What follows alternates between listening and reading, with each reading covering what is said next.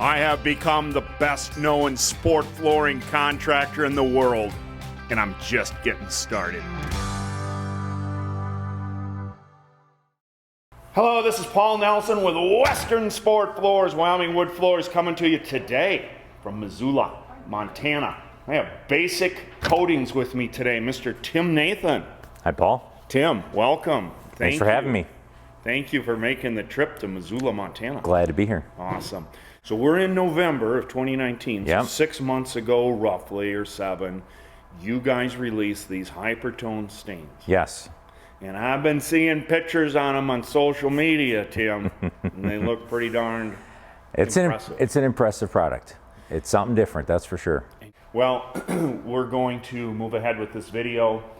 What you've done so far, have you just done a water pop? Correct. For anybody that's maybe unfamiliar with that, it's pretty simple. Can you explain what a water pop is? Typically water popping opens up the grain of the wood so it accepts the color a little bit deeper, and then it allows for penetration of the stain so you can get the color you're looking for. What is water popping? What did you do? I apologize. Yeah. So basically I just took water and I dampened the floor evenly, not leaving any puddles or anything like that on it. I basically just wet the floor in a uniform fashion. Allows some grain race. Today's day, we are sanding our floors so much tighter that we're actually burnishing the fibers so tight that stain has difficulty penetrating. Got it. So we're over sanding. In some cases. That's what the customer wants, though. They want a nice splat. Well, not to mention maple's a difficult wood to sand in and of itself, right, not to have those sanding marks show. So you do have to go very smooth in the process. We're just basically backing it up a little bit so the stain can penetrate. Awesome. So it isn't even absolutely critical that this floor be completely dry from the water pop before you begin. Because it's a water-based stain. Because it's a water-based stain. We're also going to show that sweat doesn't affect the stain either. Sweat doesn't affect it. That is fantastic. We've all sweated on a job. All the time. Sweat, blood, and tears. HyperTone, if you guys didn't hear everything we've talked about, is an oil-water hybrid technology. So you can see where containers are all plastic because it's water-based. It's non-combustible. It's non-toxic. It has next to no odor. This product does not require anything complicated to mix it. This is it. Pigments can always settle. That's the nature of pigments and coatings, but you can loosen them up real easily just by this. You don't have to put a stick down in there. You don't have to break it up. You don't have to do any of that. Stability. The product can freeze. Anything that has water in it can freeze, but the great part is you thaw it fully out, you're good to go. It doesn't matter how many times it's frozen. It'll never hurt it. I'm a big fan of working out of a bucket. I like using a roller, a paint pad, or a brush for application. I like using terry cloth rags for removing excess product. So I'm virtually just going to put some product in a bucket. I like to show something about this stain to show how easy it is to work with it for cleanliness. And that is simply as we've all gotten stain on our hands, but what we have to do to traditional stains is we now have to go get solvent. With this stain, I can just get some water and I'm cleaning myself up. Now I still like to wear gloves because I don't like dealing with stopping and starting and having my hands all messy, but the point is you can clean this up much easier with this product. When we talk about bleed with stain on raw wood, it's pretty challenging because we know wood fibers are carrying that product. So unfortunately, I can't say that it's not going to bleed at all. I can only tell you that there are some techniques that we can implement that help slow it down and make it much better. This product is a lot thicker than what you're used to with a traditional stain. So we've been able to have some pretty good success rolling it and not fling product all over the place. So it's really kind of been drawing a lot of conversation because of that speed of application. We don't recommend ragging the stain on, and the reason being is uniform saturation is the key to not having lap lines and color inconsistency. So when guys are trying to put it on too thin with a rag like they're used to with their old world products, they're seeing all their swipe marks because the rag is drying out as you're working across that floor because the product is a heavier body product. The rag can't hold it enough. The roller, believe it or not, now then compensates for that. But where guys get frustrated is they assume that when I'm laying it on like this, they're going to use so much more product Typical spread rates for other stains might be 500-600 square feet or so per gallon. We're getting 8. Even putting it on with that floor. Yes, it looks like you're gonna throw a ton of product on the floor and throw a ton away. But what's different is it's a thicker product. It doesn't soak all that solvent down into the wood like you see with traditional stains. This will soak, yes, but a lot of this product I put on stays on top, so it looks like there's a ton of product on there, but you're actually not using as much as you think. To jump right into it, how many guys sweat while they're working on a floor? How many guys get nervous when they sweat when they're staining on a floor? I'm gonna even go a little step further. That's a pretty aggressive amount of sweat. What would happen with your traditional stain if we did that? You'd have a mess. You would, wouldn't you? Let's see what happens with this though. So I like using a brush for cutting in my edges. Because of that tape line, I'm gonna do something a little different there. So what I like to do along a tape line is what I call dry roll. So I try to not flood the line. When I flood the line with stain, I'm noticing a lot more bleed issue. So if I can work out some of my excess stain and try and work it a little dry, you can actually hear it. I'm not pushing as much product that can wick underneath that tape line. I was taught, I don't know about you, Paul, that and we were old school. Back in the day, we hand brushed our finishes. Okay. And we did all our stains by hand, but it was always the first wipe, second wipe method was my father's teaching for us. So we just had one guy who would take off the excess and a second guy would come along and get it all evened out after that. You still like that? I like the method. Okay. I don't see any sweat drips, by the way. No, the sweat Are we noticing that? And you're not recommending a buffer necessarily. You can buff the stain, but it's a significantly different method than what you're used to.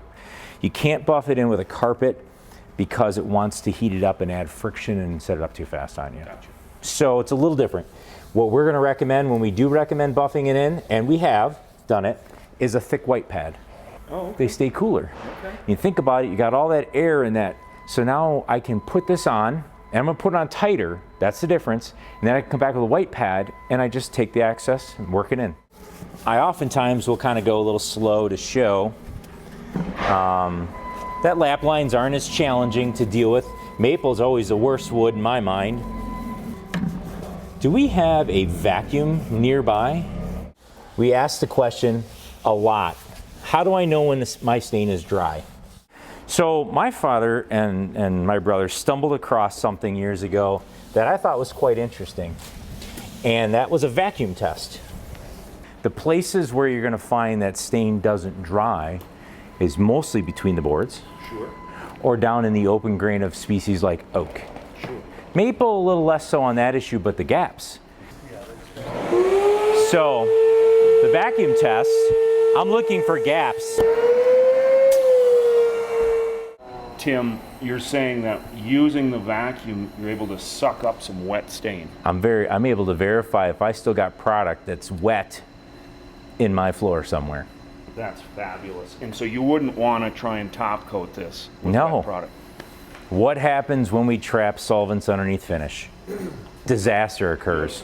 The number one rule that I try to tell people is wipe it and wipe it and wipe it. Too many guys think that they have to kind of put it on even or uniform, and then they have laps because now it looks inconsistent because they wiped it inconsistently. Just wipe it as thoroughly as you can. You can't overwipe it. Okay. Yeah, you can't. There are no lap lines. There are no swirl marks. It's a pretty... This is, in my mind, cabinet shop grade stain job. It's far more uniform too than what we've been seeing. Incredibly uniform. And I still want to go back to where I dripped all that water on that floor. Absolutely no sign of where you threw all that water on the floor. So Pretty wild stuff. it looks to me like you could water pop this thing, turn right around and stain the thing. Fairly close, fairly close. The hard part about water popping is some guys lay it on heavier than others. Right. You don't want heavy puddles. It could make that spot light. It could. We gotta also remember that the environment here is so dry. Right. We're off gassing so fast. Correct. Dead of summertime, it might feel a little We different. were in Arkansas. Might be a different. Florida. Florida. Houston. There you go. Well, are you willing on camera to pull this tape up and show us what Sure. the bleed may or may not have been? It's stain on wood. All right. I made no guarantees. Well, I'll tell you what, it's a whole lot better than what we've been doing typically. But you notice how I dry rolled along that tape did. edge. Keep it less so you don't force that bleed in those wood fibers. That's the problem, I think, when guys face with bleed. They put too much product along that tape line. Do you think the paint roller would help with that? I do. Yeah. I do. Where brushing oftentimes forces more product, it pools more product. Okay. A roller lays it down in a different fashion. And I have found that rolling it doesn't cause as much pooling along a tape line. So these right here, all day long, can go into something like that and you never have to worry about it. Oh, wait a minute. Stop. We can throw dirty stain rags away and it's not going to catch the facility on fire? Dumpster, 120-degree temperature, black garbage bag, I don't care. This is not a flammable product. It's not combustible. That's good enough. And you guys notice Hallelujah. there's no odor. There's no smell. There is no odor. We are not opening that door because we're all asphyxiating. We're standing in here and there's no odor. It's just, you know, so yeah. So this would be California VOC compliant. It is, anywhere in the country. Anywhere in the country. Cleanup is kind of nice though too, excuse me, Tim. Yep. That to be able to find any kind of hard surface and wipe the stain up, as simple as that.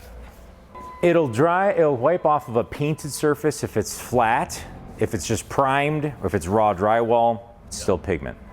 But trim, if it's got paint on it, a vinyl floor outside of the gym that you're working, if someone bumps the bucket, spills. I had a guy shampoo it out of carpet. Oh, wow. So the key to it is keep it wet. So the binder can't lock the pigment to the fibers. Gotcha. So when he called me in a panic, I said, keep it wet, keep it wet. And he goes, what do I do? Go get a carpet shampooer. So he did, got it actually shampooed out of carpet because he caught it. Awesome. Thank you for watching this video on staining maple with basic coatings. I understand that there are multiple right ways to do things, but I have never seen of it, and I have looked.